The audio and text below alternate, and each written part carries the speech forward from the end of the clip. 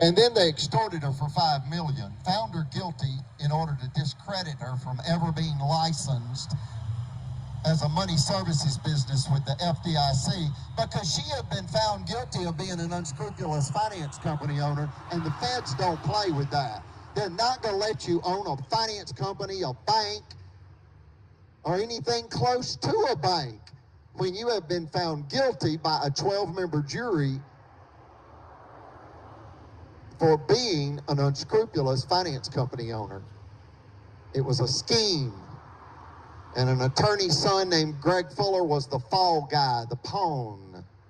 All Miss Eugenia did is lose $1,500 in a theft scheme by an attorney's son, Greg Fuller. And then Marshall County Courthouse moved, and as planned,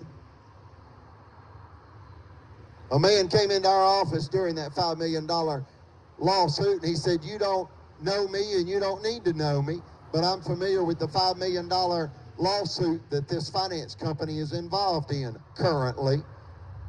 And I'm here to tell you that that scheme was hatched over a poker game and a bottle of whiskey by Judge Evans and Attorney Fuller." And he turned around and walked out. I mentioned that to my mother yesterday on the phone, and she said, "I remember." Yeah, we remember. We remember, Marshall County. We opposed their finance company robbery, and they returned to the scene of the crime to kill us. And that's the God's truth. Wow! When we appealed to the Supreme Court, they sabotaged $10 million. And then they did that by holding up our license 10 months, running off 3,500 customers. We continue to pay our 36 full-time employees. Folks, by today's standards, you pay 36 full-time employees.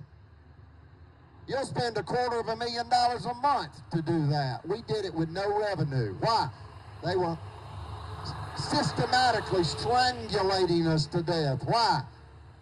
Because we appealed their $5 million extortion scheme to the Montgomery County Supreme Court of Alabama. They weren't expecting the Supreme Court to take our case.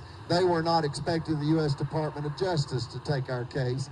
Folks, they're an embarrassment to the civilized world.